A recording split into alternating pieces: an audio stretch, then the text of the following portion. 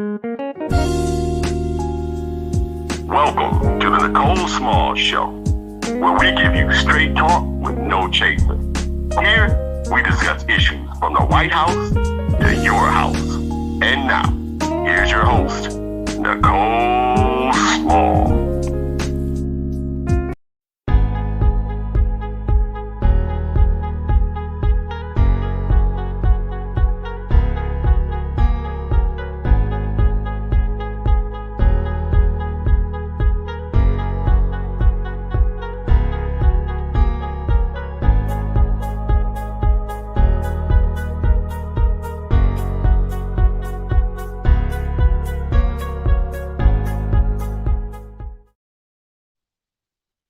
Good morning and welcome to the Nicole Small Show. Today is Tuesday, March 23rd. Oh, lots to talk about. First and foremost, I want to say a special thank you to everyone who helped me to collect signatures to run for Detroit City Council at large. You know, I am truly humbled. I have always said this. I think that it is an indescribable feeling when people say that they need you to serve their best interest. They need you to run, as opposed to just asking you if you're going to run, which I appreciate as well. So this has been a conversation in the works about me running for council for a couple of years now. And a lot of you know that my struggle was always that it's one thing to be elected. It's one thing to know that you will put forth your best effort, you know, and give it your all to make sure that you run for office. And I definitely believe that we stand a great chance of winning this campaign. I know we're looking to leave nothing on the table but a loss. But, you know, with that said, just to make sure that there's an opportunity to make change for the people of Detroit is really what's important to me. And I believe that that's why there are people who have such great confidence that I will have the ability to not only win this election, but to be able to do the job if elected. And, you know, ultimately it's up to the people. Either they're going to say yes to this campaign or they're going to say no. Either way it goes, we will definitely give it our best shot to win. And what we're hoping is that there's some changes that come in 2021. And those changes need to be that Detroiters elect leadership that serve their best interests. We need to be serious about that.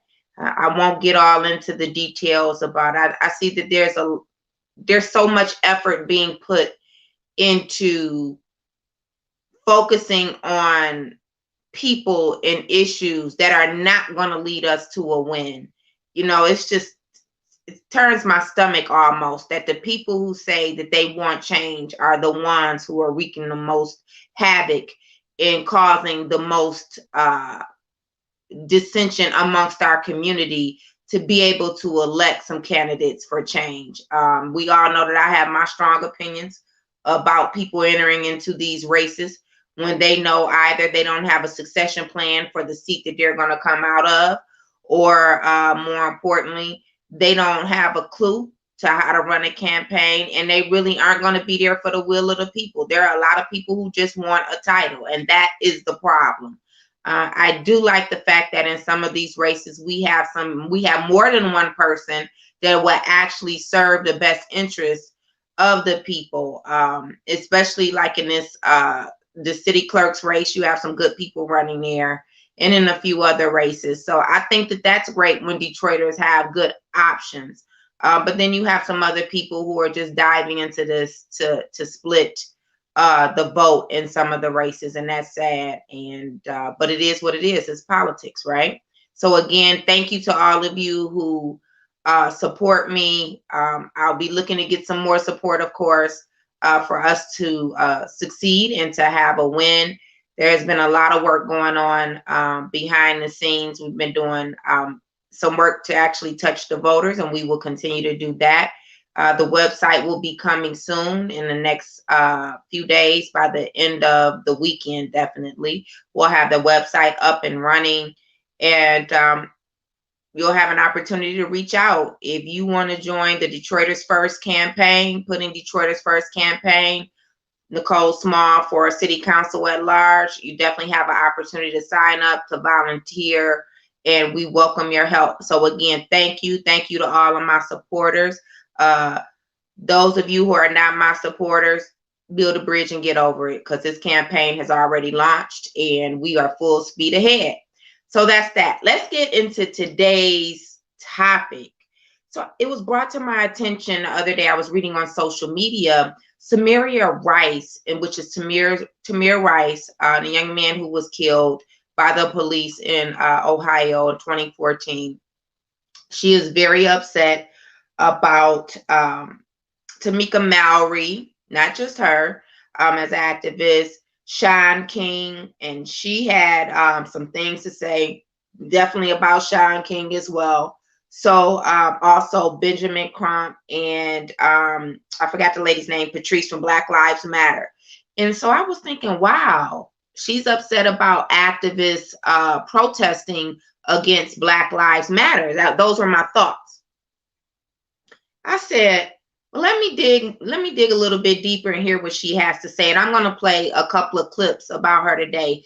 But I want you guys to understand that she has some valid concerns. Her and there's a couple of other mothers who have joined into this fight. It wasn't what I thought it was going to be when I first initially read the comments, about her comments about Tamika Mallory, especially. And so it brought to my attention, and this is a conversation that has gone on in a grassroots community before, don't get me wrong, is that, you know, we do have some fraudulent activists out here taking advantage of victims' families, you know, to make money off of it. Now, that is a real thing. Now, I'm not saying whether or not that's the situation with Tamika Mallory or anything, but it is a real thing that you have these fraudulent activists. They just want attention. They want to be on TV.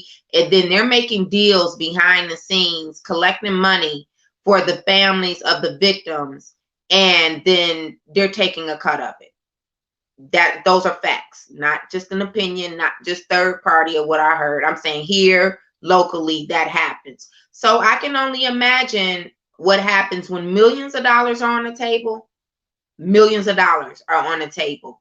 I'm quite sure that there is definitely some truth to her concerns and the concerns of other mothers around the country who feel like their children, the murders of their children, are being used for celebrity status, is what I'm understanding, and also being used for them to make millions of dollars. She keeps referencing a book deal and a movie deal, and I wasn't clear, and I tried to do my research. So I need you guys to chime in on the comment section if you know anything about this. But it sounded like she was referencing Tamika Mallory having a movie deal, and I wasn't clear, and I tried to look it up. There wasn't anything on there. I even went to Tamika's page. I didn't see anything about that. So I don't know exactly who she's referring to specifically, but somebody's getting a movie deal out of this, and she's very upset about it. She does claim at one point that she could have had an offer for a book deal as well, but she turned it down because she's trying to build a center for her son in honor of her son, Tamir Rice, who was murdered. So let me read you, let me give you the backdrop of it. So at the Grammys that just happened last week, Tamika Mallory made a speech during Little Baby's performance at the Grammys, and she talked about, she referenced her foundation, Until Freedom, and she also talked about the murders of our people and how they want justice. And she referenced Joe Biden, that we want justice. Like, basically, you're elected. This is what I get from it. You're elected, Joe Biden, and what we want is justice. Okay, stimulus checks have come out. Like I told you guys before, we really need to pay attention to the work that's coming out of this administration. So that was kind of the summary and the sentiments of Tamika Mallory's speech during the performance. And it seems that that performance just really sparked something in Samaria Rice and other mothers who feel as if their children have been forgotten, and that there is no real justice, and that the acts and the behaviors of these organizations and activists like Shaun King and Tamika Mallory have morphed into something else, as more of, again, a media ploy to get certain attention. And again, she says clout chasing. She referenced that several times, that they're clout chasing. And I had to sit back and really think about it. You know, I'm going to say this.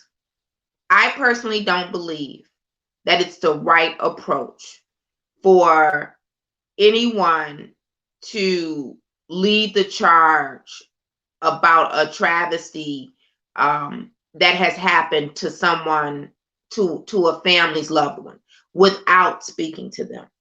Now, look, I might reference Martin Luther King and I might reference Malcolm X, but I can't go to them and ask them a question because they no longer here.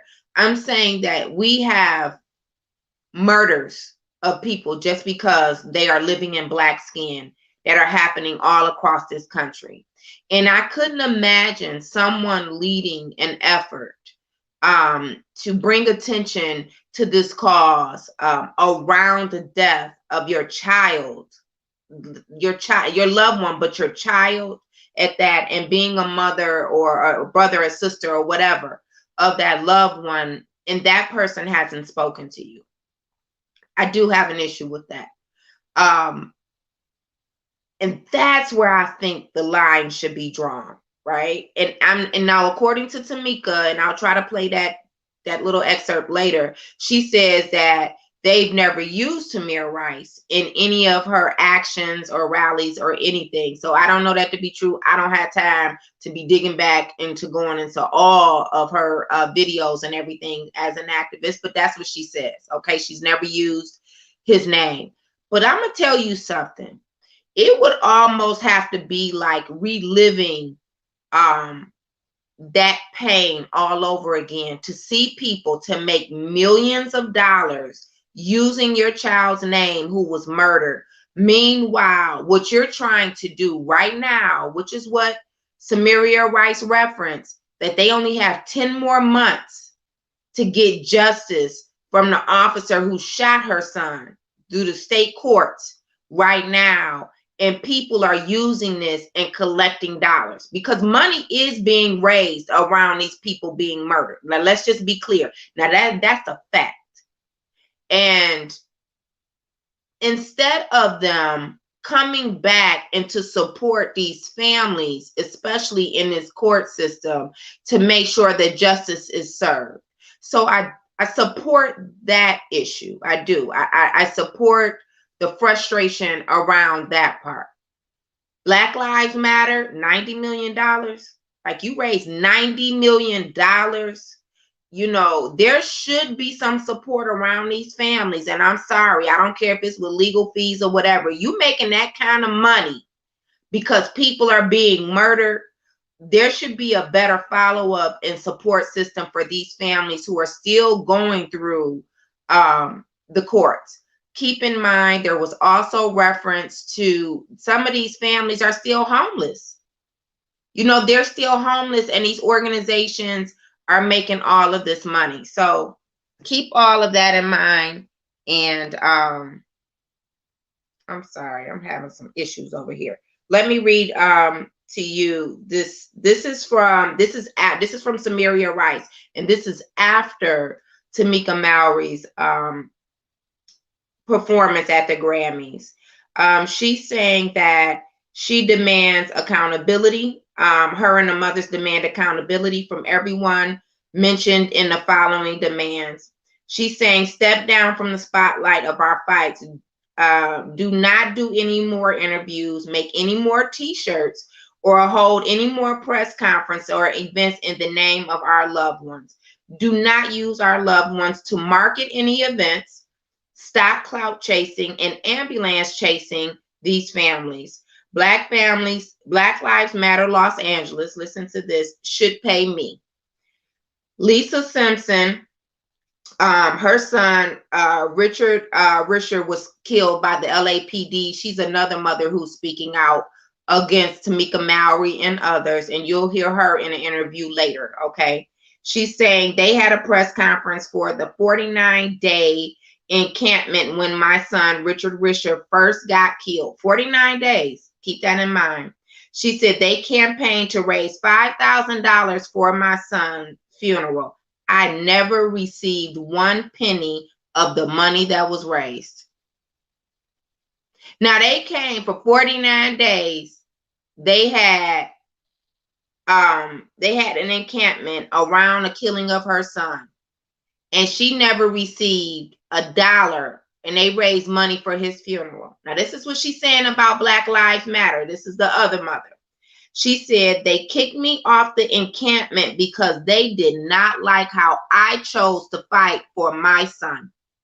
They kicked her off of it because they did not like how she chose to fight for her son. That's a lot of nerve. Now, I'm just going to say that. Financial assistance for the Tamir Rice. Now we're back to Samaria Rice. Financial assistance for the Tamir Rice Foundation from all who have exploited Tamir Rice, Tamika Mallory, Shaun King, Benjamin Crump, and Black Lives Matter's global network. Samaria Rice purchased the building in 2018 and it needs remodeling. Operational funds, bulletproof windows for the lower level, HVAC cooling and heating system, commercial flooring, restrooms, furniture, piano repairs, and new internal doors. So I guess she's telling them to cut the check. That's basically what she's saying. And then here, let's go back to Lisa Simpson. Housing funds for Lisa Simpson as I am battling homelessness with my current children. My son, Richard Risher, was killed by the LAPD, and I was offered no assistance by Black Lives Matter. I am currently living in a motel with my children, a motel. She's living in a motel with her children and need funds for housing. And they put their cash apps on there. Now there it is. And they put their cash apps on there. I think that there is some validity to that. If you are using their children's name to raise money and you're not even trying to support these women in their efforts to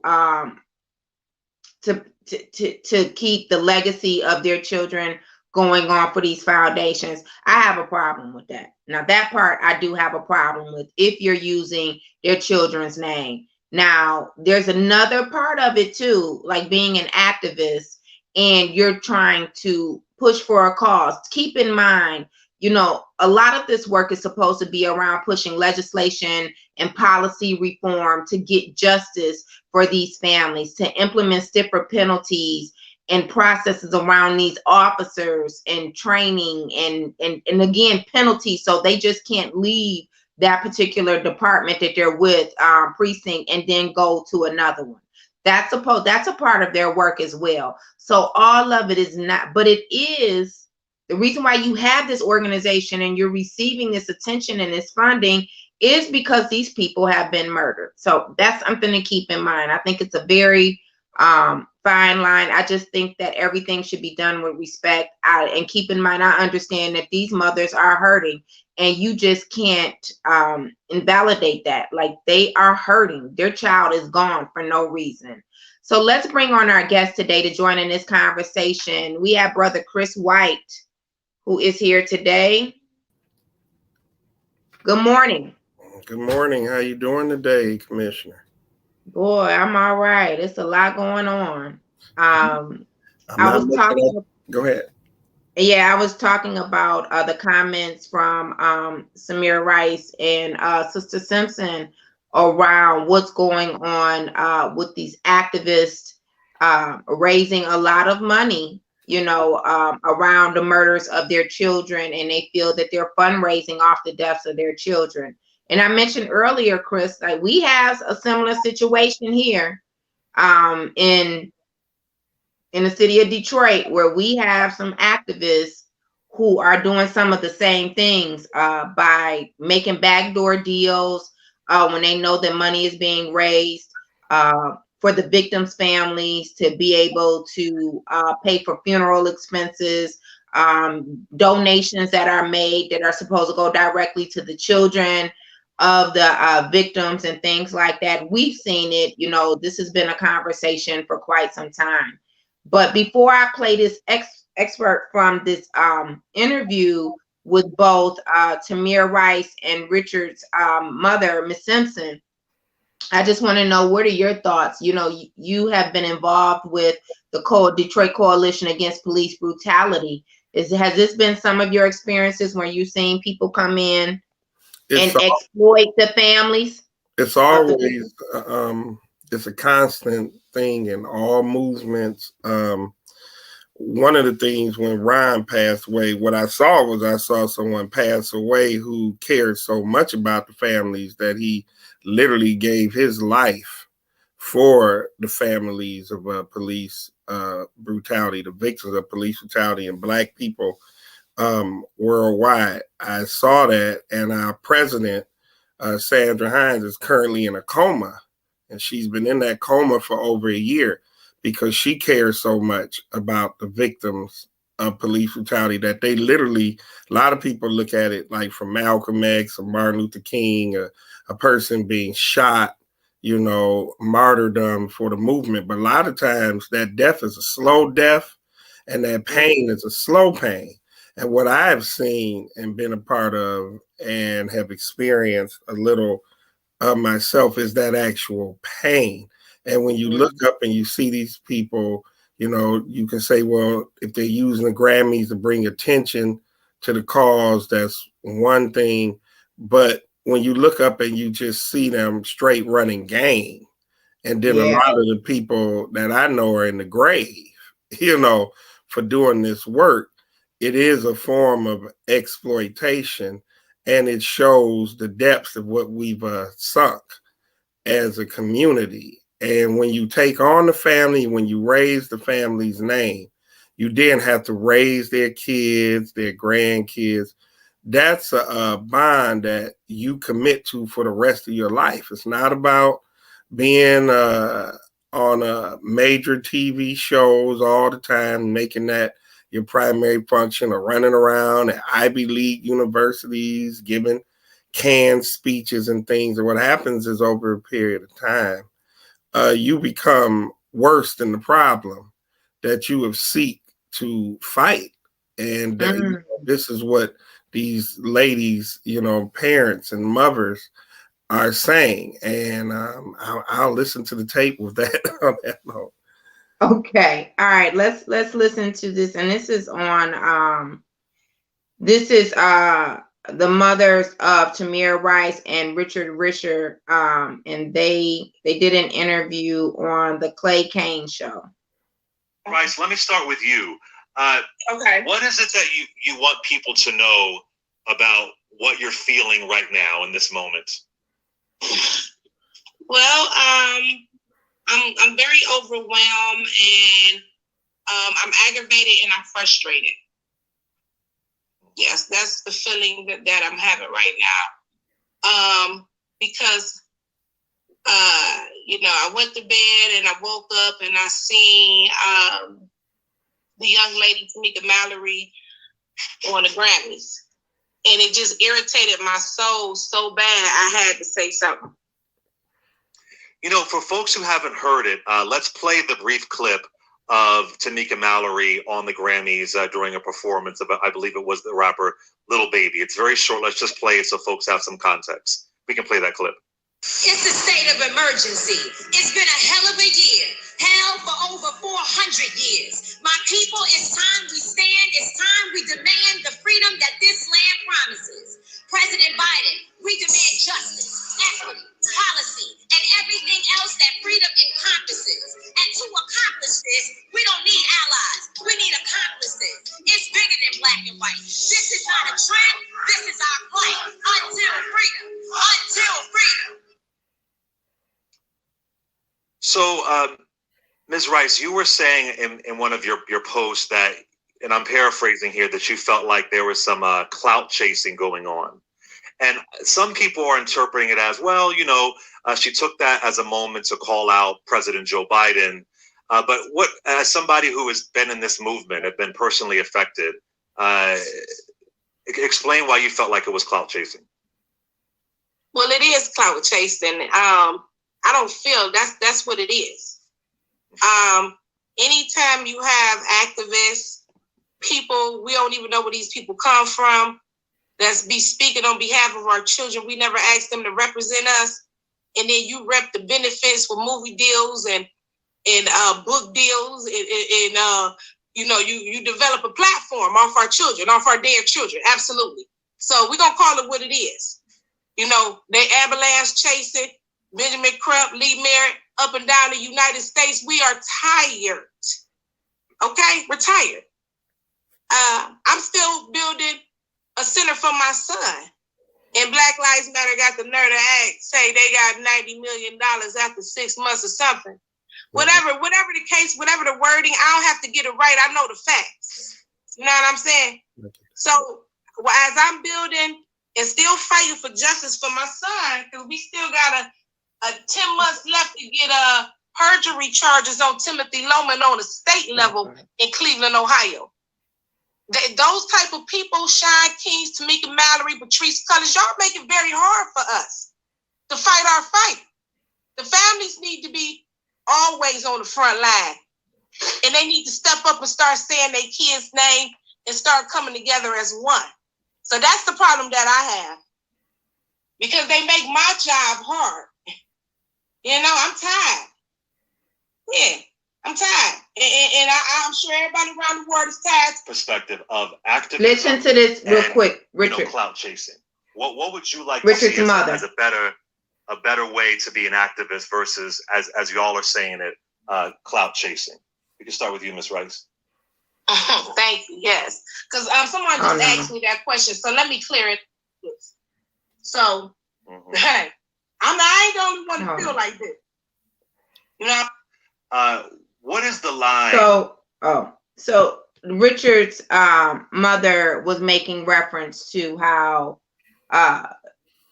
Tamika Mallory was up there and was shaking or whatever up on a stage, and it was something to hear her thoughts around the issue too, which were a lot similar to Tamir Rice's mother. So Chris, you heard the comments from Tamir Rice's mother, and she referenced that she has 10 months left for them to try to get some type of justice for her son around one of the officers. And I think that there's some validity to that statement. You're raising all of this money. I was able to look up the net worth for Shaun King yesterday. They said he's worth approximately not $3 million, but we know his organization receives a lot more funding.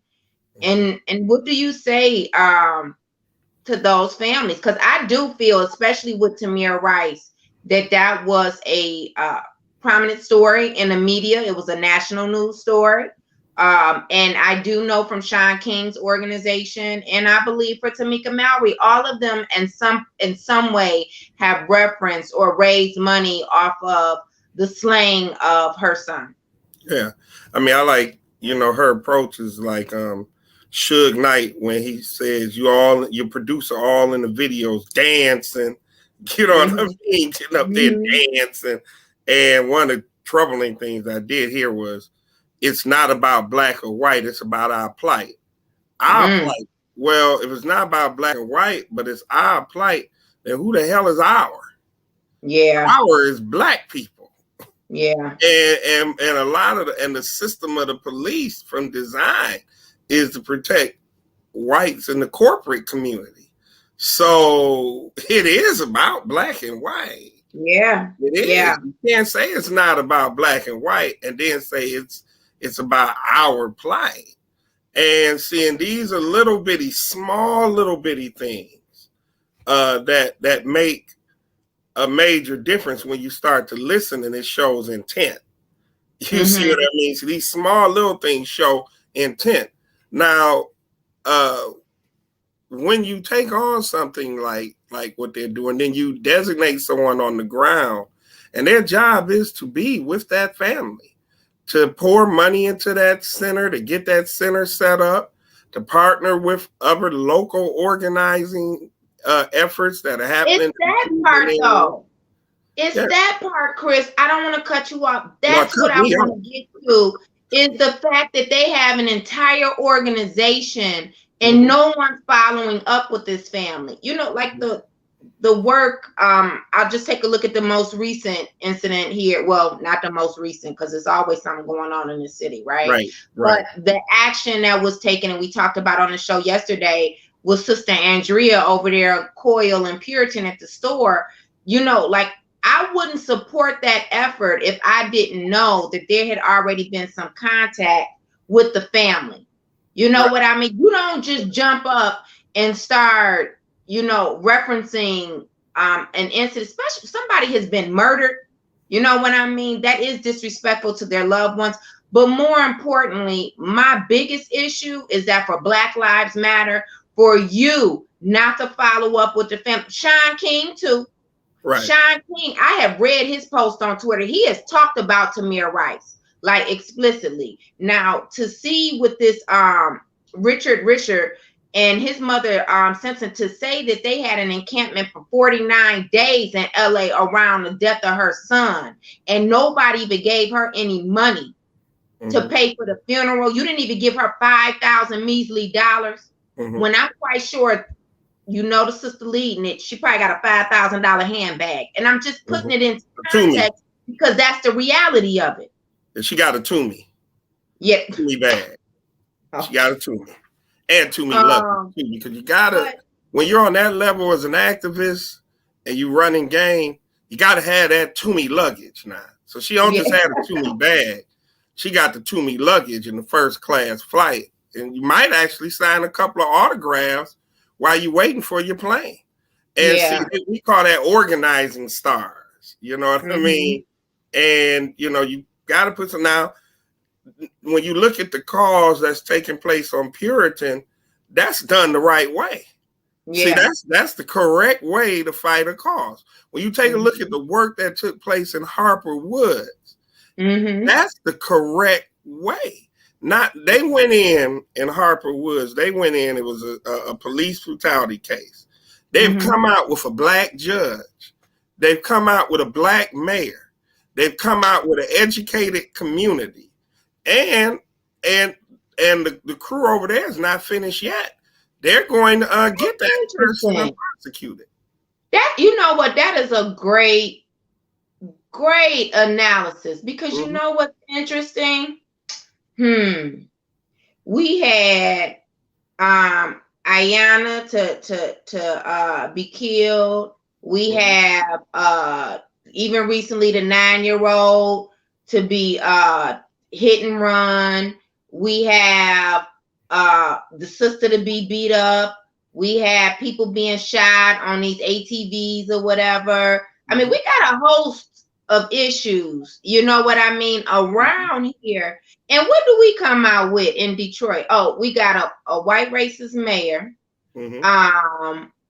Listen, we don't know what council gonna look like after 2021. You know what I mean? It might look a whole lot different. You know what I mean? We have gentrification at an all-time high. Oh, you know what we have? You know, we got out of it, Chris? Bike lanes. That's what we got. Bike lanes. Yeah. I guess the cops won't shoot you in one of those. Yeah. And here's the other thing we have. When you take a look at that, we have a council that approves money to fight a lawsuit against against some organizing groups. We have a council that stood fast against a commission on reparations. So we have Black. In fact, you would have to say now Harper Woods is more progressive than Detroit, considering the work that the activists done. You know, that's why I got Black mayor, they got Black judge, you know, they have officers suspended. So, and that's the work of the activists. But here we have a Black majority demographically, but we're culturally confused with shattered consciousness and fractured identity. So in essence, some of the electeds here have the same mindset of a Bull Connor. And that's what we have dealt with. And that's a byproduct. Then when you link that to some of the people in the community that are standing next to the Arab that beat a sister almost to her death, what we have here is we have a challenge, psychological damage and trauma that's totally impacted our community, that we now are looking to anybody but African Americans to provide leadership. I'm thankful that those parents are standing up and challenging these individuals that are, in fact, exploiting their kids. Now, I don't want to hear all that, well, the FBI is involved behind the scenes. Oh, because we're going to come up with some conspiracy theories and some agents and everything. Yeah. That's what we do. That's the next thing. Well, then that flip, and then you can wonder, the FBI promoted activists. So then that cuts both ways. So, we're going to take that off the table and we're going to stick to what it clearly is.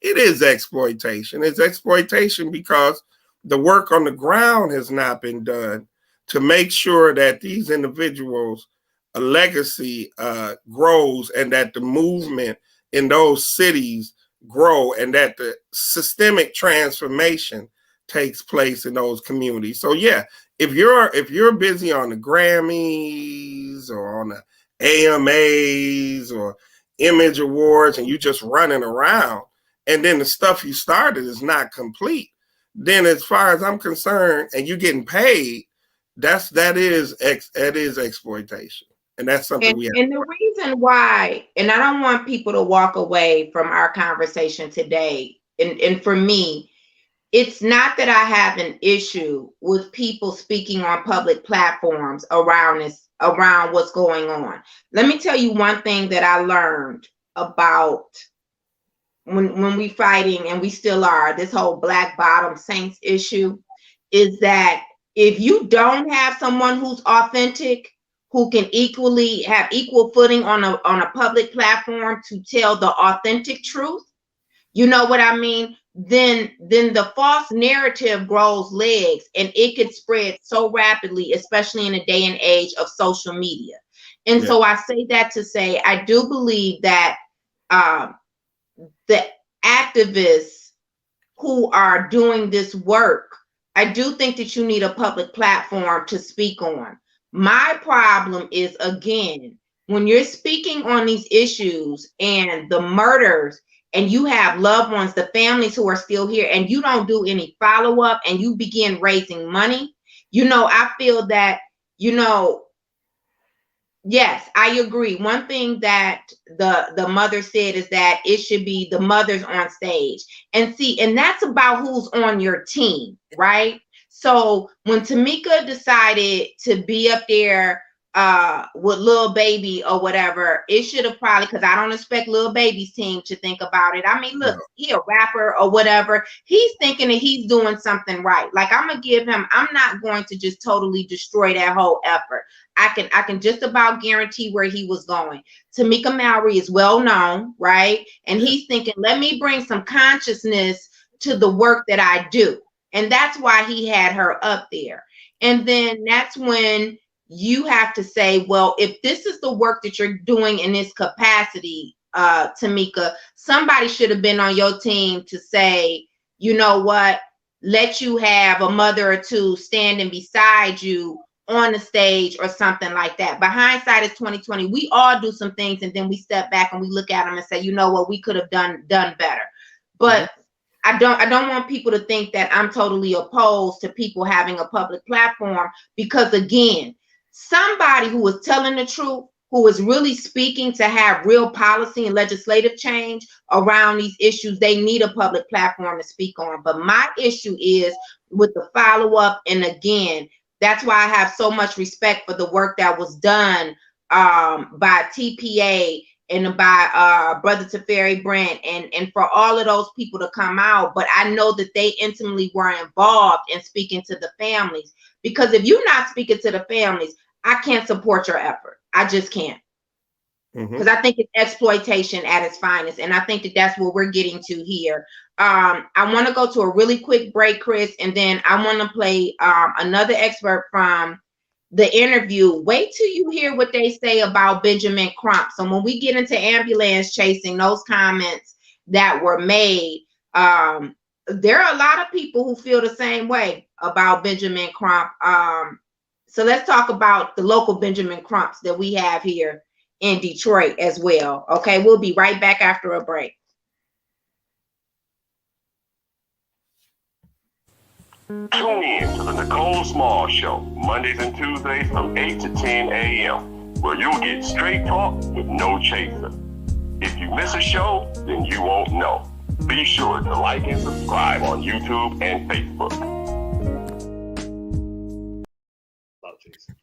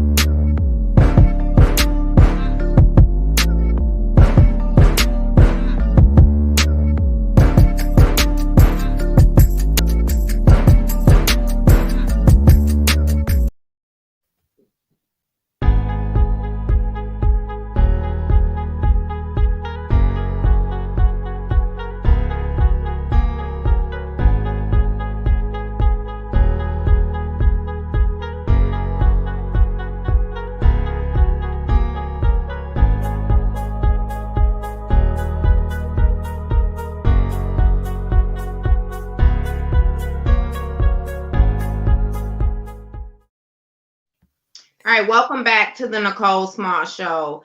Before the break, I said I was going to play an excerpt from the continued interview. I want to bring some context around it. So the gentleman asked specifically, what can be done to draw the line with these activists, basically to show some more respect. And also, before I get into that, let me read to you. Shaun King decided to insert himself into this issue with the statement from Samaria Rice, Tamir Rice's mother, and Tamika Mallory. Now, I wish I could show a picture of Shaun King, but I'm telling you, everybody Google him. It's Shaun, S-H-A-U-N. If you don't know him, Shaun King.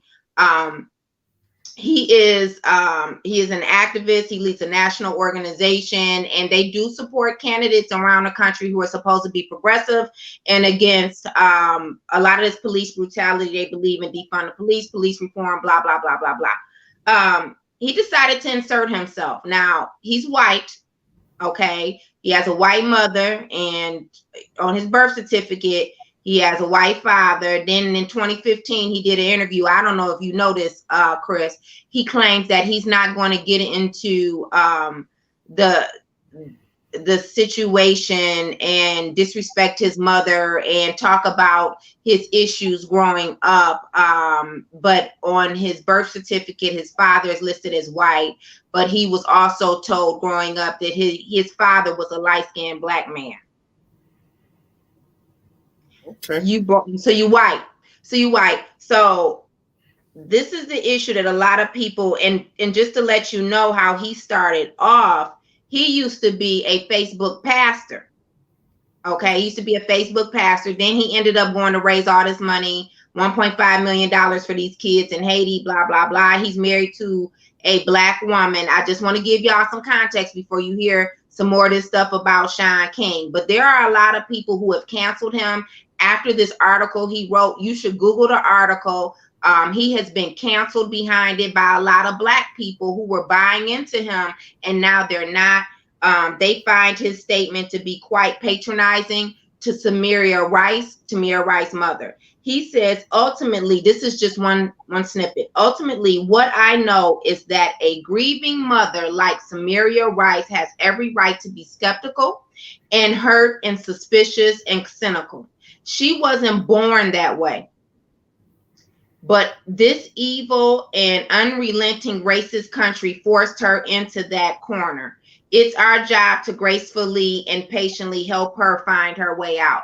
First of all, she wasn't talking about this country. She's speaking specifically about him and how she has had conversations with him and how he has exploited the death of her child. So what he does is what so many other, white folks want to come into this space and tell us what's best for us and what to do, is that, we need to help her. And he wants to deflect and put it on this evil country, which I believe is some truth to that, but that's not what she was talking about, right?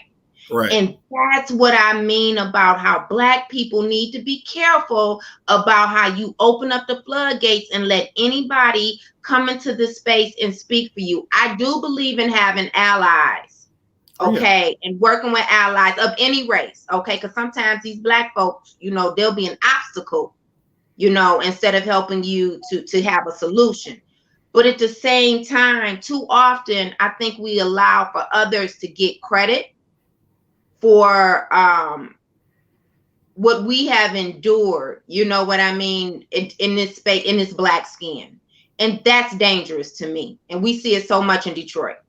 Yeah, our slogan has always been for non-Blacks to get involved. You can play a role, but no control. You can play a role, but no control. And most run off once they're told that from the beginning. So before we even go into an action or anything, that's told up front. Well, you can play a role, but you have no control. And then 90% of the time, they're gone. So we don't even get to the point where you in the middle of the battle and then you figure it out and you angry. Just cut that off in the beginning. And then lower your A1C and your blood pressure maybe a couple of points. Cut it off in the beginning, as opposed to finding out in the midst of the battle, and then you mad and you real angry. No, that's true, and that's what happens. That's exactly what happens. Then we get mad, and I feel that we're afraid to have these conversations in the beginning with these people and let them know what our boundaries are, right? So they can manage their expectation. Don't expect for me to allow you to come in and just take over. Right. That's how you manage your expectations. You deal with that up front. So let's play this clip real quick from the Clay Claim show. And so he's asking what could be done to draw that line with activists. To do the actual work, but not be perceived as clout chasing. Get behind us, families, and stop trying to be in the forefront. Stop trying to be the narrative of our situations. Stop trying to be the people's champ, because you're not. Because we ain't getting no victories out here. Nobody haven't got justice. All this corporation want to give us is monetary benefits, and monetary benefits don't get us justice. So these activists, these movements, these networks, and these orgs, it's our fight. If they want to stand down with us, get behind us. We tired of them being up in the front, messing up our fight, because they have clearly messed this fight up and got people thinking that our fight is all about money, but it ain't about money. They can give me back richer.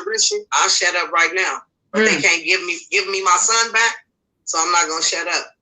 And I'm gonna bring awareness to all walks of life about how these entities come into our life and get paid off the death of our kids, and then just leave us at the funeral. Ms. Rice, you said Benjamin Crump, Attorney Crump, who was once your lawyer, you called him an ambulance chaser. What about your working relationship with him that folks may not know led you to feel like he's an ambulance chaser? Well, I mean, that's what he is. But in my case, since Tamir was so global, I met Benjamin Crump, and I thought that he had everything under control.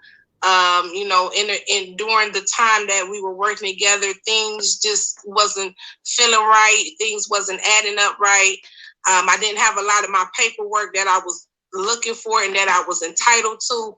So I ended up firing Benjamin Crump about 6 to 8 months into our case.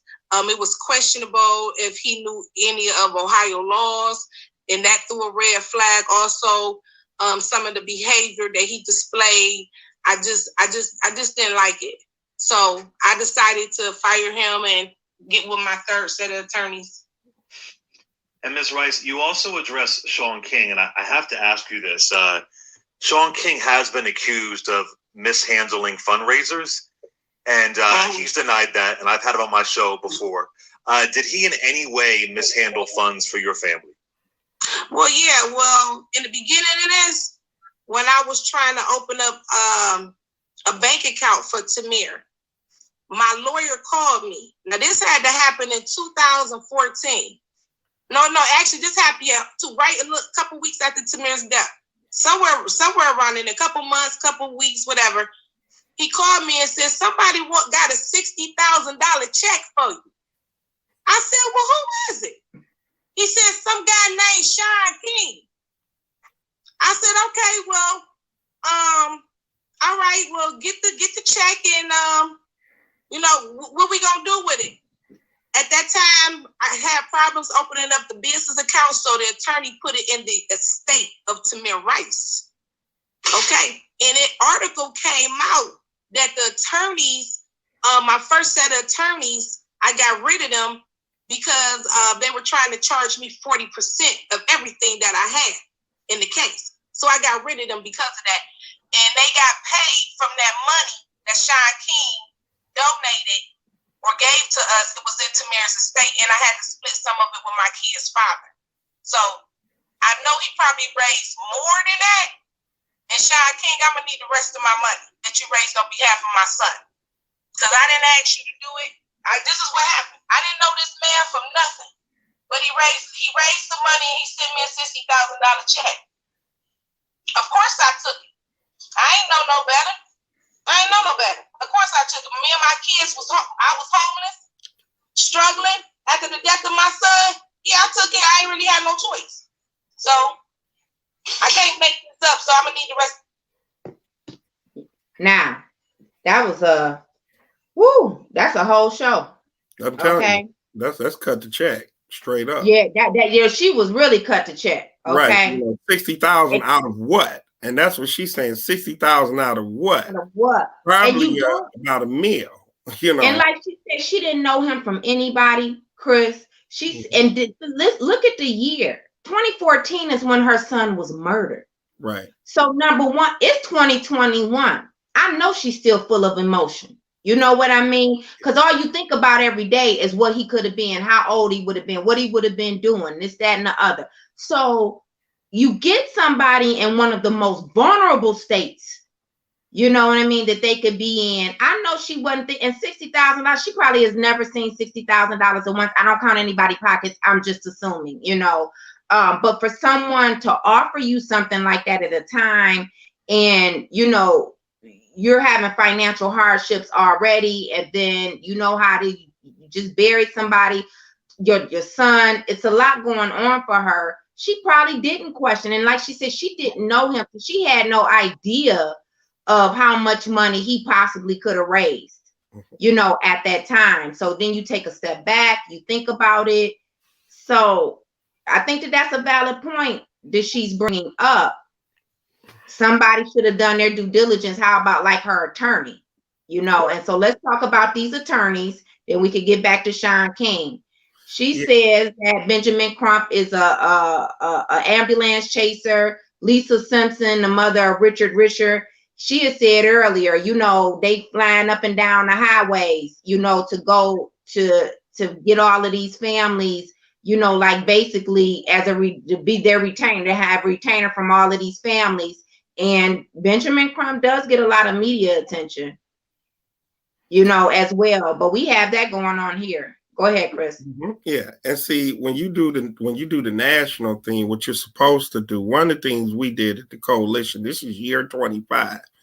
Some may even ask, well, why don't you see more of the coalition? Well, I'll answer that right now, because a lot of Black activists here in Detroit are siding with the chief, and this is a decision that I've made. If we go about it the way, I'd rather channel that energy into dealing with the white corporate community that exploits and controls everything. Because if we're going to do this, we would have to take half of the black activists out, and we can do that because we have that much conviction and that much spirit and soul from our ancestors, and it can get real and it can be bad at the end of the day. The Gilberts and the Patskys and the Illiches, they'll still walk away, and then we'll be revisiting the fight that we had with each other for many, many years to come. And the only thing the masses will pay attention to is the fight that black activists had with each other. That's why what was good about the action they took at the store is that the media is trying to raise the issue that the community, which we can't even say they're the community, a couple of people that stood next to the Arab grocer is behind the Arab grocer. And what the activists in that case have done is said, forget that, we're controlling the narrative. We're not even gonna waste our time falling for that trap. We're gonna educate the greater community. You see what I mean? So when we start moving like that, then we're winning. Now, back to these attorneys. Normally in a situation like that, if you're a national attorney, you're supposed to pair with a local one. And then you use your national stature to bring attention from a media standpoint. But the local attorneys who know the lay of the land are the ones that carry out the work. And then you go from there, because what can happen is you're coming with your national stature, and then the local criminal justice system is a club of its own. And That's right. We're going to align ourselves to beat you and show that you're not going to come in our house and take over. So where the ball is dropped is when you flying around and you doing a quick press conference and you taking advantage of the families who aren't going to know any better, because 9 times out of 10, the kid that's lost is not the only kid that they had. So now you're dealing with the trauma from a whole family standpoint. You're dealing with if your mom or dad is still alive, if they have conditions, diabetes, cancer, anything, that's going to start to take over. So you're dealing with a whole lot. And if all you see is the cameras and 15 seconds on the press, then something's wrong. So what you have to do is, the first move is you go straight to the school and you deal with the school and the loved ones that the school that the loved ones attended, and you get them involved because there's trauma in the whole school. Then you have to deal with the counseling. But if you're a national lawyer, you always pair with a local lawyer to do the work. You see what I mean? And that was, and of course, also, you know what I was thinking when you talk about pairing with a local lawyer. I also think instead of you pairing with Reverend Al Sharpton, you need to be pairing with a local organization who is more on the ground to help support that family. You know what I mean? And then it's just amazing to me. You know, you would have to build up a callus around your heart to be able to do this every day and to only think about money and to never think about the families. You know, when somebody's child, I don't care if the child is 13, 25, 45, to know that your child went to the store, which we hear so often. It's always somebody making a quick trip coming from the store or on their way home. It's always something simple, like everyday task that you do, that one of our people are being murdered, you know, and you have to process that.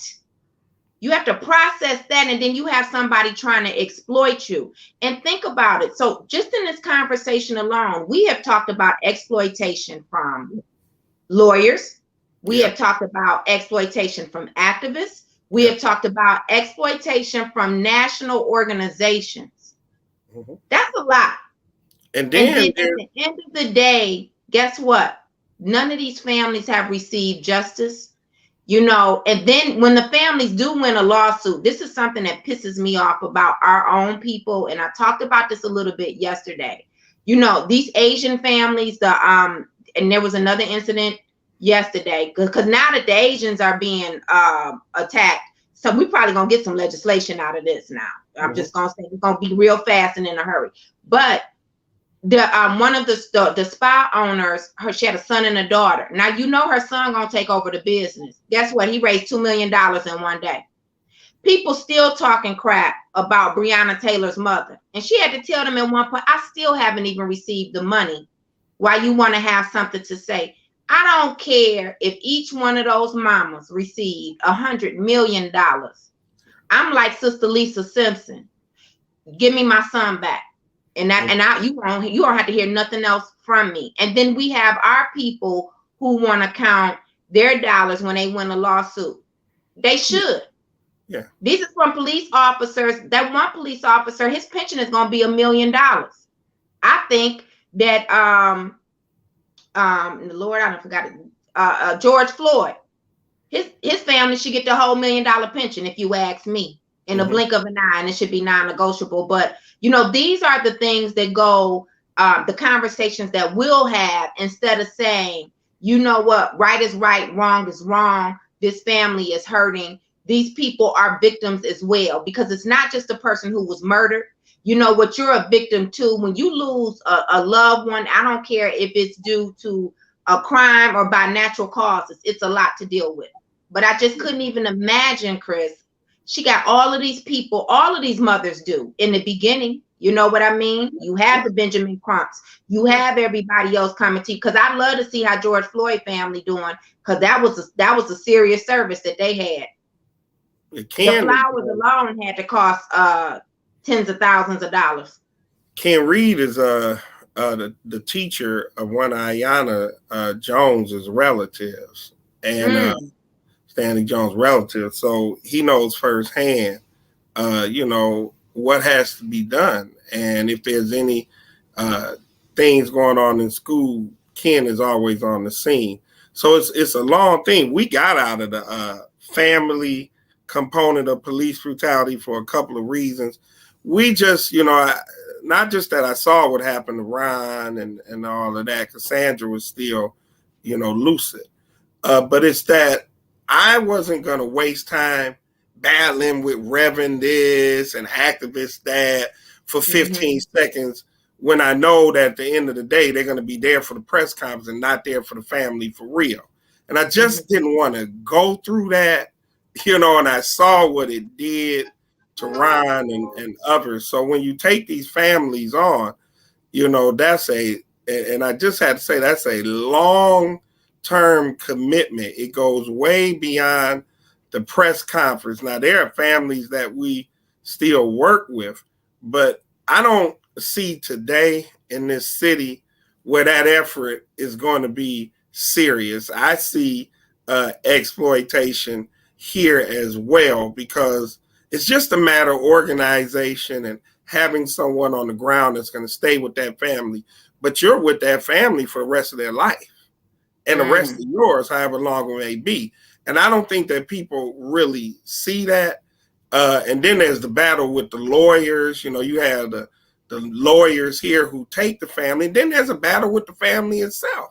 Because one of the challenges that we have now, given the nature of our shattered consciousness and fractured identity, that sometimes some members in the family are trying to capitalize and become stars. That's the part I wanted to talk about too, Chris, is that, this work right here, it has to be, you have to always find yourself trying to figure out how to position yourself in a way where you're actually going to get something done. Because like you say, you might be trying to hold off these people who are trying to exploit the families and take advantage of them. And then let's just be honest. A lot of these incidents happen in areas where we have a high rate of poverty. And so with poverty sometimes comes families who are very dysfunctional. And we all got some dysfunction in our families too. You could be the richest family and have a high level of dysfunction. So please don't nobody take my statement the wrong way. But it's different when you have a lot of money and you have a dysfunctional family, because you can mask it in a different way. That's what I want people to understand. You can do like Donald Trump did. You can hide Barron and put him to the side. And we never saw him again. Just being never saw him again, right? And so, then you get into a situation where you got family members coming out of the woodwork. One thing I notice a lot of times in these situations, you had the fathers who weren't around, and then now all of a sudden they popping up, you know, and then there's a struggle between the mother who's raised the child and the father who was absent, who want to get some of the credit, the media attention, or the money. So that's one issue. Or, you know, it's just a lot of factors that could go on. And then when you deal with sometimes, you know, mothers who are killed or whatever, and they have, you know, several children, and then they're just struggling. Like we hear both of these mothers, Samaria Rice and Lisa Simpson, talking about homelessness. Mm-hmm. You know, that, listen, that's a struggle in itself. And that changes your whole mindset. So, you know, how do you deal with that as an activist? And again, this is exactly why I will lend credit to the work that the approach that you and Ken Reed both have when you're dealing with the families who are victims, or the persons who are victims of police brutality, but also to the work that Brother Teferi Brent and TPA, you know, Niggas Boo and his team, what they did and how they approached the situation and other situations, right? Of incidents that happen in this community by going to the families. That's a lot of work. And I agree with you. You're with the families forever, but I don't think that they have a responsibility to check in with them every day. Because, I mean, they're not raising money like that. But to get back to what we're talking about at this level, Black Lives Matter, like, I don't believe personally that Lisa Simpson, the mother of Richard, who was killed by LAPD a couple years ago, I don't believe that she's the only mother who Black Lives Matter raised money around and they didn't get anything. And if that's true, that's sad. Yeah, what it is, really sad. It's taking advantage of white guilt because, you know, white corporations and all that can write it off that they did something for blacks because we gave to Black Lives Matter movement. So at that point, then police brutality becomes an industry. You see what I mean? And now it's the industry in the field. You know what I mean? And you know that X amount of corporations and NBA or NFL or hell, even hockey at this point, you know, everybody will start to donate. So now you're just living off the white guilt, you know what I mean, in the corporate funding. So then what happens is over a period of time, you may start off actually sincere, but then over a period of time, you will morph into the same entity that you started off fighting against. And it's happened. And you have to be very strong and grounded and sincere. And back, like when you talk about the families, you also have to recognize when a family is activist chasing, because families do that. You know, they activist chasing. They will go for one who's in the paper all the time, and one that's really serious. So and that's sincere and looking to get some solutions. That's a tough part. Then you have to deal with who in the family is throwing away the victim. You see what I mean? Because sometimes when you see what's happened to some of these people, if you go back into the history of what's happening, what you will find is sometimes the family had viewed them as a throwaway and didn't know that it was going to get that serious. Didn't know that they would lose their life. Didn't know that things would happen to them. So it can become, and like I said, that's one of the reasons why Ron is not here. That's one of the reasons why Sandra's in a coma. Because when you do this, you internalize it. You do internalize it. If you're really, really serious. Now, when you see people dancing on stages and all that, they're not they're becoming the system that we're fighting against. But if you're really, really into it, and it's not a challenge to versus this activist versus that one, but it's just when you really do it, you are going to internalize it. You are going to end up in pain, and it will happen. It will happen. No, it'll definitely happen. You know, you can't. I made a comment the other day. I said, you know, I don't think people realize the trauma that comes out of, you know, these experiences. So just imagine that you go and you have to identify the body of your loved one. First of all, Trayvon Martin was a baby. Tamir Rice was a baby. You know, it's a host of other ones. And I say that to say, just imagine you have to go look at your baby on a metal table and they riddled with bullets. Mm-hmm. You know, first of all, how you even get over that imagery, it's etched in your mind forever. Mm-hmm. There's some trauma that comes from that, as well as just living without them. And I think that we've gotten so far removed because in our community, we just deal and keep moving on. Yeah. You know what I mean? That's so often what we do.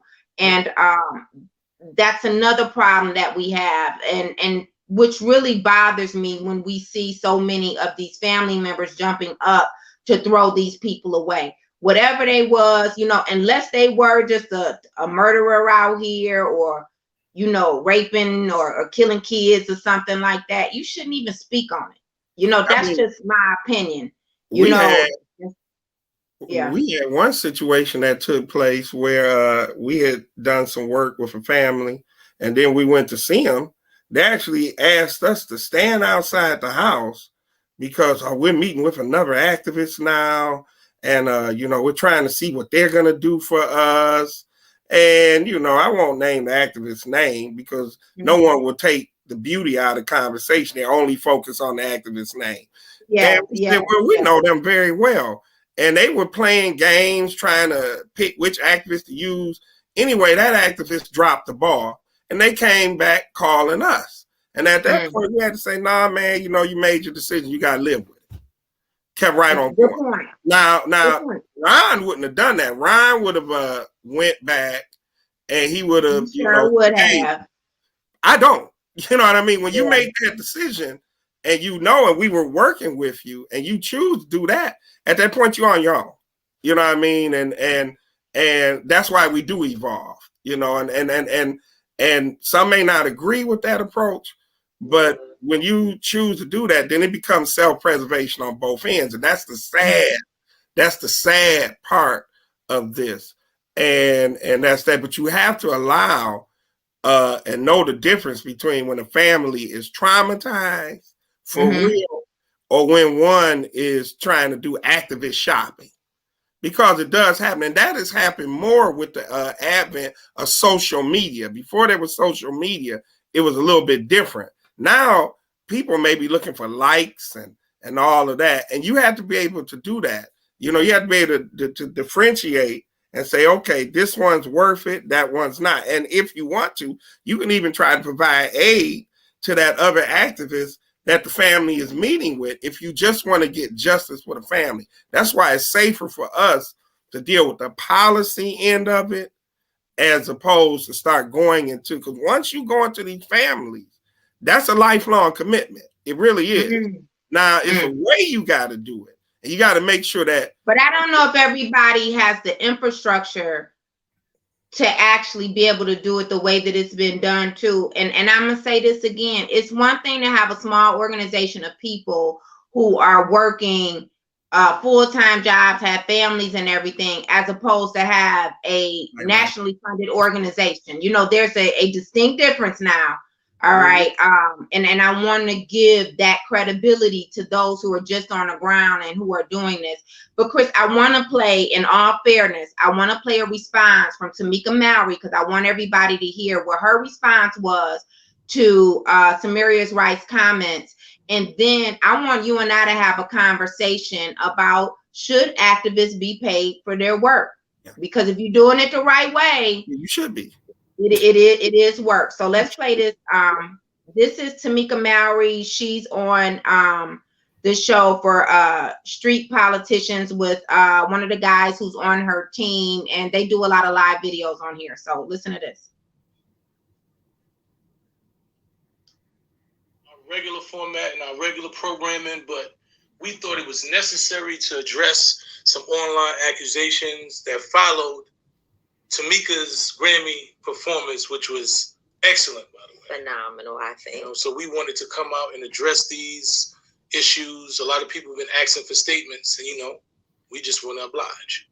From my perspective, I want to make sure that as a mother, that I speak directly to Miss Rice, and also just so that folks know, I have reached out through some other individuals. I don't have a direct contact for Ms. Rice, but I have reached out and let some other folks know that if she wants to speak with me, I'm available to do so. Unfortunately, the world we live in, everything hits social media so quickly, and it doesn't give us an opportunity all the time to have direct conversations. And I have seen a lot of you who've been asking me to do what I always do, which is to be authentic and to come to you all and talk about some of what you have heard. I want to just make sure that we start off grounded in the fact that nothing we say today is an attack against Ms. Rice. I want to make sure that that is stated from the very, very beginning. Quite frankly, Ms. Rice is right. I support 100% how she feels and what she has stated in terms of her pain related to her son. Right? 100%. And in fact, I think, and I was going to say to you, Mice, that I feel like we all have failed her. I was thinking a lot about this coming here today. We all have failed her as a nation. I think that whenever a child or any person, but particularly a child, is killed, this nation should have erupted. And the fact that she did not get the proper justice for her son would make anyone angry. And so I totally understand and respect the trauma and pain that she feels as a mother. The second point is that I think for far too long, the issue of divisiveness has been used in every single movement, and it has actually destroyed movements. And I don't participate in it. If you know anything about me, and you guys get to see me up close and personal, we're on lives, we go into communities, we work with people directly, we're on the ground. And so you have an opportunity to see me up close and personal. And the one thing that I try my best not to do is to get caught up in the divisiveness that I know can happen in this movement. So again, if people are watching, looking for some aha moment of me speaking negatively about or to Ms. Rice, it's not going to happen. I will never, ever allow my organization, my team, at Until Freedom or myself to be used as a tool in the master's box. I will never allow that. So if that's what you're looking for, you might as well turn away, because it's not going to happen. I will, however, say that I think it's important to clarify the questions around whether or not we have used Ms. Rice's child, her baby, in campaigns or in speeches or fundraising or any of those types of efforts. We have not. My speeches, my son's speeches, and the work that we do, it's very, very public. You all can go back and look through speeches. So that's her response. My organization, my team, the organization, the team. You see the difference? Mm. You know what I mean? When you become the cause is dissipated. Mm-hmm. The organization, the team. You see, and that's how I would have said that. It's not my Detroit Coalition Against Police Brutality. It is the Detroit Coalition Against Police Brutality and the criminalizing of a race. Started by Gloria House, Ron Scott, and Marge Parsons, carrying on through Sandra Hines, and now it's in our lap. So it's a legacy, it's a people, not my team, my organization. It's just the difference in how, and some will say, well, that's just semantics. No, when you say things, it's thoughts and spirit that provoke our words. You feel where I'm going with that? And it impacts how you operate, how you lead, your leadership style. I will say this. I agree with you. And she said it before. In this instance, the only thing that I will say is that the conversations and the statements from Samaria Rice, let me just read it to you. And because then I want to support what I'm about to say. let me just preface with this statement. This is the actual original statement from Samaria Rice. It says Tamika D. Mallory, Shaun King, Benjamin Crump, Lee Merritt, Patrice Cullors, Melania Abdullah, and the Black Lives Matter Global Network need to step down, stand back, and stop monopolizing and capitalizing our fight for justice and human rights. We never hired them to be representatives in the fight for justice for our dead loved ones murdered by the police. The activists have events in our cities and have not given us anything substantial for using our loved ones' images. Great point that you come into their city and you don't even reach out. In images and families.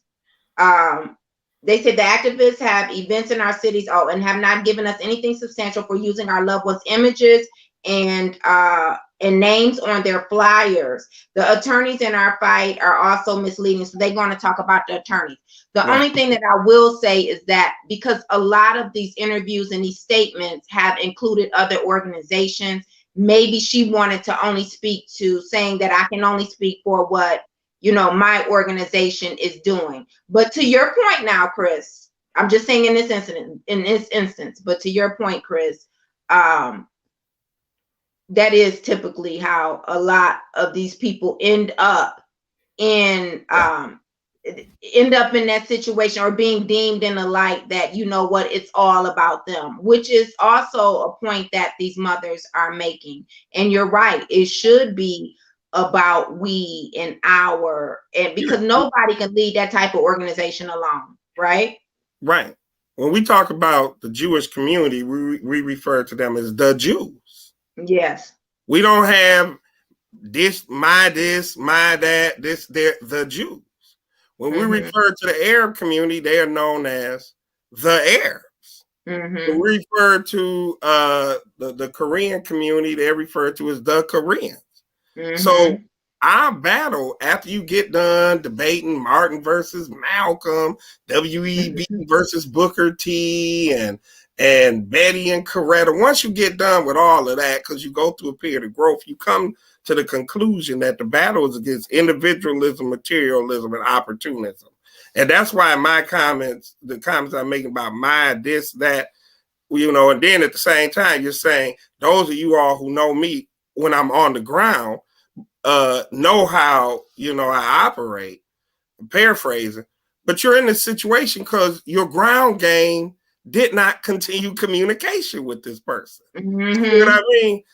So it's a matter, when you get hit, you take it personal. You know what I mean? Most people, you hit me, I'm going to be angry. I'm going to talk to a series of people before I fasten a response. Because I'm going to be angry. You come hitting at us, but the responses always have to be in the collective. Always. It's up. We're losing because we have lost that. And it's no fault, some of it, of our own, because we're only as good as our introduction. You see what I mean? Movement. You know what I mean? You're only as good as that. So it's not always our fault. So what you got to do is you got to determine the level of sincerity within these individuals without being so judgmental and not bitter. But you have to be able to determine, okay, if the good outweighs the bad, you're a vice chair of the commission and a candidate for council at large.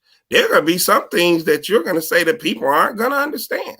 But they take a look at Black Bottom Saints. If they take a look at you being there with the protest action on Saturday, if they take a look at you fighting for Brenda Hill to get that seat, if they take a look at just fighting the administration on the building of the charter, then you have to weigh that person's actions.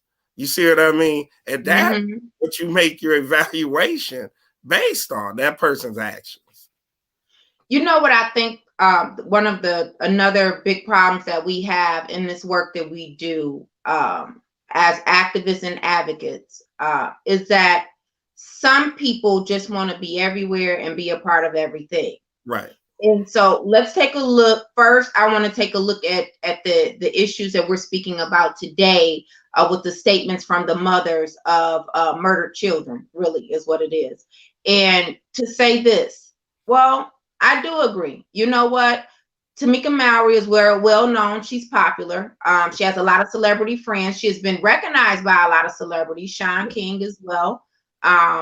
When you take a look at that, I think the problem is that if you don't have the infrastructure, if you don't have the capacity to make sure that someone can follow up or at least contact these families before you step out and you address these issues, then you should let that one go. Yes. And there's nothing wrong with allowing local organizations to do the work who can have more direct, contact with these families. And also, Chris, you made a statement earlier about how these attorneys should be reaching out to other local attorneys. Well, I think these national activists should be partnering with local activists, and stop grandstanding when you do come into these cities and you're the only one on the stage. You should pick some of these other local activists and partner with them because they are a part of it. So I will say this, maybe that's something that all of these people who were named in this statement by Samaria Rice should consider as national activists. You need to take a step, and something you can't address every issue. And then you're going to have some people I know who say, well, where is so-and-so then? First of all, you need to stop that, because you don't want some of these people to come out and to address every issue. And that's when the waters get very murky. Right. Okay. And that's when the message and the purpose is actually diminished and lost. Yep. But that's one thing that I say that they should do differently. You can't address every issue. You can't fight every fight. Period. That's why, you can't fight every fight. That's why when you take a look at the message to the grassroots, Malcolm X didn't come here on his own. He was brought here by the local organizers, Gold. And when you take a look at King's letter to the Birmingham jail, he opens it up, answering the questions is why he's here. He explains why he was brought there, why they were brought there. So typically it has been the locals who have brought in the nationals. That's typically how it's been. A lot of that has changed, and some of it's social media, some of it is the broken down communities that we reside in, and that's the thing that you're seeing at the liquor stores, that the activists aren't just taking on the Arab and his wife. They're taking on and going to end up educating a broken community. And we've always had challenges in our communities with drugs and things like that, but they weren't as broken down as they are today. When you take a look at what King and that group, and even what the Panthers was trying to do, we're only as successful as we have communities that care. You see what I mean? So when you got a Mallory and the rest of that crew that's getting the millions, when you got them, they have a responsibility to set up something on the ground, or they have that, and they have to put people in place that can do that. That's why they have the millions, because they can pay to do that. They can hire staff and give them benefits and set up an infrastructure and, and do the things that's needed. Yeah, I mean, she gets paid. I was looking her up. She gets paid to do speaking engagements and things like that, and nothing is wrong. Let's take a really quick break, Chris, and I want to come back, and I want us to put it all out on the table. We need to talk about, should activists get paid and what that should look like, and listen, but when activists get paid when it goes wrong.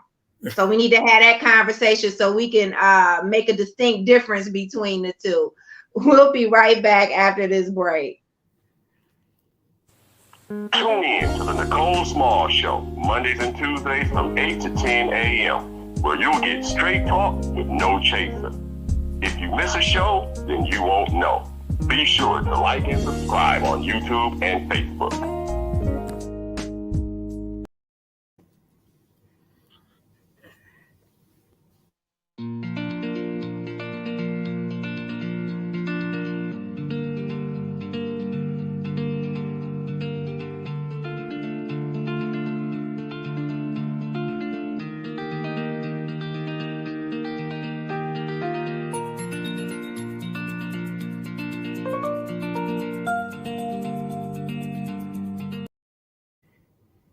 All right. Welcome back to the Nicole Small Show. Chris, let's talk about activists getting paid. This is what I want to say about Shaun King. We have known his organization to donate to candidates and help other, PACs and organizations. I don't know so much about Tamika Mallory. I have never really heard about her organization investing into and what I think should be smaller organizations in other cities. I mean, Detroit is a city with one of the highest rates of crime. Support some of these local organizations that are doing the work right around these issues. So let's talk about activists getting paid and the difference. So earlier we talked about some of these, I call them fraudulent activists who come out here and listen, if they sleep, they can smell a microphone, okay, a mile away, and they're gonna wake up and they're gonna want to be in front of the microphone, and they do gonna make backdoor deals, right? They know how to tell them to set up a GoFundMe and they'll control it, or they actually collect the money themselves that are supposed to go to the families, and then they take their cut off the top, and half the time the families don't even know that this money has even been raised, and so they might only get like the $60,000, but they don't get that much, not here locally. But I'm just saying, to Samaria Rice's point, she received $60,000 from Shaun King. But how much did you raise? Because her son was young and he had a toy gun. Can you imagine, when you talk about that white guilt and everything, how many Black celebrities donate? Right. To those types of issues. We have local activists, so-called activists, who are doing the same thing. And another point I want to bring up, Chris, before you respond. Lisa Simpson made a great point. She said, these people pop up and we don't know where they come from. That's how I feel too. Yeah. We have people in politics and in grassroots. These folks kill me thinking that they're going to come tell you what to do and want to order your steps about, well, you shouldn't fight this fight, you should fight another. Or I remember I had one person tell me, we were down there protesting about Dan Gilbert's advertisement talking about this is what Detroit looks like, and it was all white folks, right? You had to get a magnifying glass to find a Black person in a sea of people that were supposed to represent Detroit. They're gonna tell, how you gonna tell that man what to do with his building? I said, how you gonna tell me what to do about my city? Right.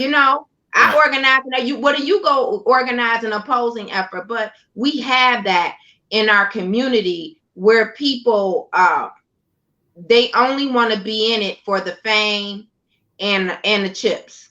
Right. And see, I'm from the old school. And see, one of the things we got in Detroit, we have the activists that pop up, and then we have the ones that pop back up. You know what I mean?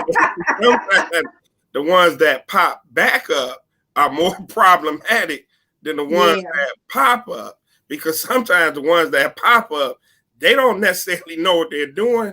Now that one that pop back up, now you got a problem, because see, they pop up with an angle and they know that you don't know what you're doing. So then they start using you as a front so they can get in some of that corporate money, and then they run back and forth.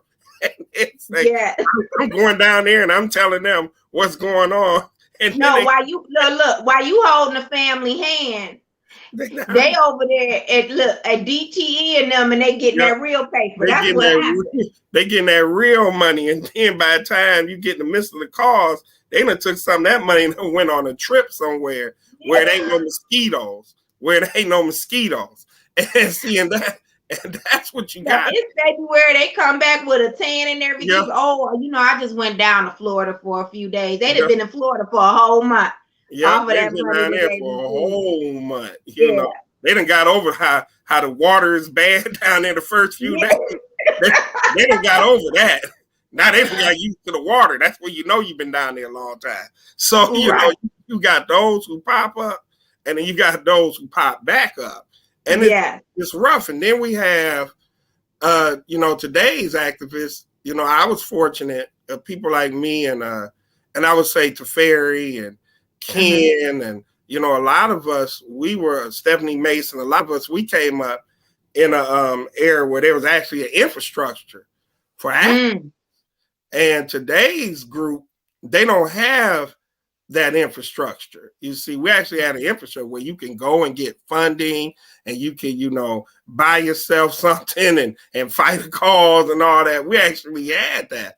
Whereas today, they don't have that. And that's why you'll see some of us are a little bit more self-sufficient that came from our era. Now, we ain't getting no real money, but we aren't trying to live off the cause. You know what I mean? Activists so should what should that look like, Chris? Let's talk about that and have the conversation. I think sometimes our own people will diminish the efforts of the people who are sincere about doing this work because they get a paycheck. You know, I don't have a problem. Let me tell you about real activist work. Okay. When I look at people who are going into these houses in the middle of the night, you in these heavily blighted areas with a high rate of crime. You messing up your schedule. You take time away from your family. You putting yourself in danger. You driving all across the city, and gas is high, $3 or something. So and I do believe that time is valuable. Okay, it's just that the majority of us, we do this without being financially compensated because you're passionate about it. But me personally, I'm not opposed to activists being paid. But the problem that I have with it is that there needs to be, again, a process in place for them to get paid. I have a problem with one activist getting paid when it's a group of people doing the work. You understand what I'm saying? Like, you can't eat. Meanwhile, your whole team, you can hear their stomachs growling. That's the problem that I have with it. Like, you should at least want to give them some gas cards or something like that to show that, you respect their time and you do value them and their work. Now, some of these other ones, the ones we talking about getting these doggone this corporation money, no, you ought to be giving them a real stipend. You ought to be giving them some money. Yeah. You ought to really be giving them some money. And I just believe that. The problem is you had that one who they use the bodies, right? They use the bodies to get the attention, which then does what, Chris? It puts fear in the opposing side. Right. Okay, whether it's the grocery store owner, the liquor store owner, the gas station owner, whether it's the police department, because let's be clear, people making money too, off of these this police brutality and police killings and things like that. But are you taking care of your team? Right. And I call it the activist invoice. You use activism to invoice the system. So your activism is actually an invoice. So you're out there making noise, and at the same time, you looking up. Do you see me, Jerry Norcia? Do you see me? I'm out here activating. And then they say, oh, come on up. You get some money. And then that's activist invoice. You know what I mean? You doesn't go back into the operation of the organization. They're not going to challenge you on where the money is going because they white. And if they try to challenge you on the money you stealing, you're going to say, you hunky sucker. You stop trying to challenge, telling me what I need to do. And at the same time, you're not giving the money to the organization. No. It's called deflection, right? That's how you deflect. And then you get them all riled up because now they trying to challenge the credibility of the person that you working with. And the whole time that person do got to check in their pocket. Matter of fact, they didn't cash it already. And so then, it's a distraction. Then they get all riled up. And then the corporation, the white man, gonna back down because he don't want that kind of smoke. Right. They done cashed it at the store and not at the bank. They cashed the store. So they done gave them 20 or 30%. They cashed it at the store that you were supposed to be fighting against. Right.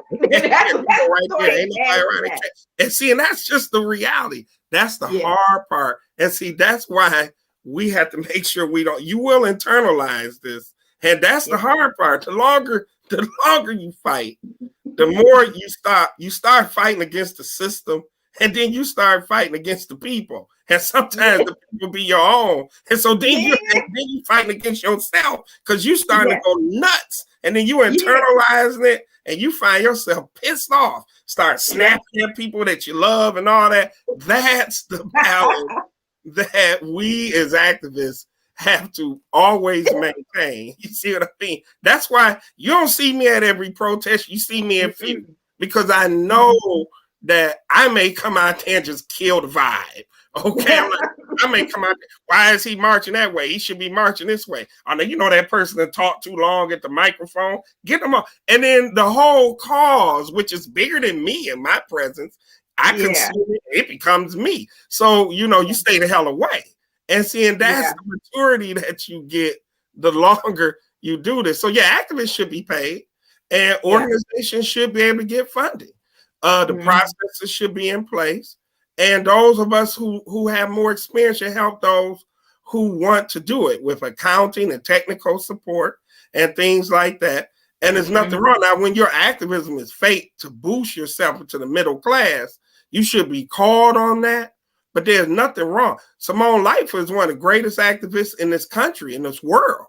Yeah, and she is. Simone ain't going to be broke. Simone is one of the greatest activists in the world today, from where I see Simone Lightfoot.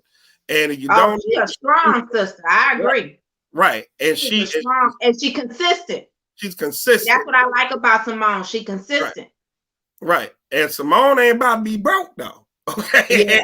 But you know what? Isn't that how this is how we lose so many of our good activists. So I want everybody to understand, everybody don't start out, just trying to use and exploit our own community. Some people be sincere, but then what happens is they get tired of the struggle. You know what I mean? They get tired of never being able to go on vacation. Yeah. They get tired of not being able to ever get nice things. You know what I mean? Or they only coming around once a year around tax time, or once every 5 years if they happen to hit a lick. They get tired of and they get exhausted. It is an eventful life to live in poverty, okay? Because the majority of your time you figuring out how just to survive. Right. That's it. That's the majority of your time. And then what happens is they might have turned down 20 offers, but on that 21st offer, when they get them when they're the most vulnerable, they're going to go and take advantage of it. They're going to take it. And at that point, they don't care who it comes from. And that's why, a lot of us, the smaller groups, sometimes most of the people in these groups, they have real jobs. They work at the plant and things like that. And then they contribute to the group. And then that's that. And maybe the leader may be able to get paid out of that. And maybe over the next few years, something that we can work on is building that infrastructure. Two things we do need to deal with is building that infrastructure and that pipeline for our organizations. And we do need to bring back a very strong study group movement, the study.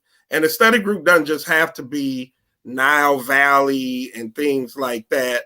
It can be strategy and tactics and things of that nature. So, people like myself and Teferi and all of us, we actually come from a study group movement. Yeah. So when you see us, and that's why when he takes on an action, you could tell is rooted in a study group and things that he was taught for 30, 35 years. You know what I mean? He's going to bring it to the front line.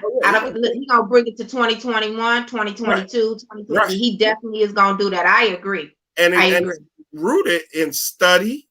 It's rooted in understanding. And that's why, I don't have to have a disagreement with him. You know what I mean? And he doesn't have to have a disagreement with me or Ken. We know where we come from. And but here's the thing. That's that. What I love about what you're saying about you Black brothers, Teferi, Ken, and you is that somebody invested in you because you were disciplined enough to take the time to receive that knowledge, right? But I think it should be brothers like you who understood, who did the research, because we got so many people out here running their mouth and they don't know what the hell they talking about. And it's really, it's becoming a big issue in our community. They don't realize they're running their mouth. They don't know they're running their mouth. They don't know Sugar Honey Iced Tea from Shinola. Do you hear me? They don't know. And they the loudest ones and they talking crap. And you know what? They cherry pickers. You understand what I'm saying? But the work that y'all did, you really, you guys studied. You studied your history. You studied the root cause of a lot of behaviors that you were seeing show up in the community. See, that's another thing too. We don't really understand a lot of these behaviors that are showing up in the community, but then we'll have those people who are so quick to respond and to call judgment on why it's happening. It is important to know why these things are happening in our community so we could come up with a real solution. So when we talk about bringing back those study groups, and I think it should be brothers like y'all, because you understand how you were taught. You see, there was a method to teaching you so you can be able to study and to retain this information. You know, when I listen to you, when I listen to Kim, when I listen to Brother Tafari, I mean, you talk about stuff like, you know, way back, you know, listen, when y'all were just babies. Oh, yeah. You understand what I'm saying? Because it was taught to you in a way where, you know what, this is what happened that led to this, that led to this, that led to this. And also it makes you better prepared to understand not only how to organize, but to have some sound solutions. See, nowadays, now, Chris, you know, I always have to tell you, you know, you live in the past. Okay, it's a different way of being an activist nowadays. Okay, you tell me. Now the solution is just to raise hell. Yeah, you tell me that. Okay. Well, we don't come with a solution. We don't want to write nothing on paper, you know, and if we do, we want to ask for unrealistic goals and solutions. Right. I believe that the best solutions are those that are really attainable and you could point to the people who can make it happen. Now, see, if they tell you no, then that's when you really rally even more the troops and you tell them, now look, let me tell you why this is within their power to be able to do this, whether it's at the executive, legislative branch, local, state, or federal government, right? That's the way you guys were taught. But see, it's a new way of activism. Yeah, we just raise here, and we want to point the finger. And when we point the finger, half the time we're not even accusing the right people or who really did it or who really, you know, where the problem lies. So I just want you to know that, because sometimes you live in the past. Yeah, I'm supposed to be about you know, having sound facts on the table, a real resolution. You know, me and Ken, we like relics, because sometimes I say something, well, they probably did this. No, they don't. I say, what do you mean they didn't? Well, back in the day, well, no, they don't think like that no more. They don't think like that no more. Wait a minute. So maybe we might have to teach a class on how to be an opportunist too, because that's right. That's right. Know how to do that. I'm like, well, dang, I mean, can it at least be interesting? I mean, can't the opportunists even know how to do that right? So, you know, it's amazing, but it's all a byproduct of what has been taken away from us in this city. And I'll say this, no other city, and this is where you give the activists and even those that are attempting some credit, no other city has to fight the fight we fought and we're fighting. No other city has had their schools taken over 4-5 times in 20 years. Courts taken, one person able to make decisions over everything, water taken. Some have not had, Black population have not had access to that.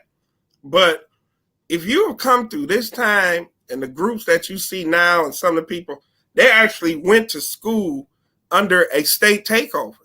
They are the byproducts of libraries closing, a commuter church where most of the people come to church in the middle of the hood and then go right back out to the suburbs, including the pastor. So, and that's why, you know, more, we're charged, Ken and all of us, we're charged with more because the more responsibility is on us because we do know. And that's the hard part, because you get to the point where you're like, you know, my son Owen, he's a movement of his own. And you get to the point where you're like, well, dang, now I got two movements. I got this movement, and Owen is a movement. He ain't just a kid. He's an all within himself. All for himself. I mean, he's on me. So I'm like, and I'm being pulled. And we have that responsibility to, and there are going to be some things that he's going to do to Ferry that I'm not going to do, but I will be available for the study portions and all that, because so let's do it. This is what I want to see. Okay, you done put it to work. Let's do it. I'm about to put it out here right now. Let's do it. I want, and I'm gonna contact the Ferry because he got another. He has a brother I know that he works with. Him and his wife just remodeled this building or whatever, and so we gonna see. I'm gonna talk to him about getting a hold of that space or some other space where you guys could social distance, but we need to come up with a curriculum, okay? And we need to talk about studying our history just here, you know what I mean? And for you guys to be able to have that study group, that focus group, you know, and it will be great to see Black men leading it. You know, y'all sisters know I love our strong Black sisters, but it would be phenomenal to see you guys bringing forth that type of information and pouring into our community. Another thing that I think that we will get out of it, and I'm so serious about this, and it still bothers me, is that there were some Black brothers, some young Black men who stood there and watched that sister be beat to a bloody pulp. But that's because nobody has invested that knowledge into them. You understand what I'm saying? So you guys got to get this study group together. I'm going to call Teferi later. I'm going to make sure he going to find y'all a place. That's what I'm telling you. I don't know if Teferi listening, but that's what he going to do. You know he's somewhere listening. If he ain't, he done heard this now. That's all right. He going to hear it directly from me. And that's what I want you guys to do. I want you to talk about what real organizing looks like. I want you to talk about like having a code around what Black men, what Black men's purpose should be in our community. You know, like you need to lay that out, like what y'all purpose should be in our community. What protecting our community looks like. Right. Also, you need to talk about the history of some of y'all experiences, you know, here in the city of Detroit, and it's like who some of the real legends were. A lot of our brothers, if they knew that we had strong Black men in the community like that before, then they would have a different outlook, you know, because a lot of what they see now is a whole lot of, like the lady said, shucking and jiving going on. Yeah, so and this is something that we can make happen in a couple of weeks. It needs to get started and get going. So I'm charging all three of y'all with that task. So it's gonna have to happen now because I done put it on the record. You know, when the sisters charge you, you got to pay the bill. And that's pay the bill. I know Ken is game, and Teferi, he probably already heard this. He probably got the space. I got the space, Sister Nicole. I got the space. Right. You know he gonna come through. So no, that would definitely that would be great. So we'll do that. Chris, I want to thank you so much for joining this conversation today. You know, as always, you know, we get serious, we're gonna get some facts, but it's always some good laughs somewhere in there. We gotta make sure that, you know, we learn to laugh through some of this because it's a lot of issues going on in our community. So thank you so much, brother. I appreciate you. You know, we'll have you back again. And we'll see what happens. I want to remind everybody tomorrow, March 24th at 11 o'clock, I need you to log on to that city council meeting. Listen, public comment is in the beginning, and you need to tell city council to listen. The mayor that has no business getting in the charter's business, and that the city council needs to reinstate our funding so we can get this education and this campaign rolling for this charter so we can improve your quality of life. This charter is about empowering you, Detroiters, making sure that you had a safeguards in our city's constitution to do what? Receive proper representation, period. The local government, the way that they're operating as a whole, the results coming out of there do not benefit you.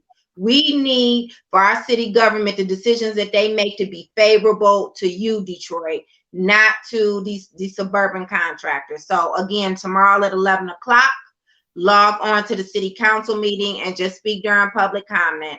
Thank you so much. We will be right back here next Monday at 8 o'clock. And I'll also have some updates about how you can get involved in the Putting Detroiters First, Nicole Small City Council at Large campaign. I'll have some information for you about that next week, 8 o'clock Monday. I'll see you then. Have a great week and be safe.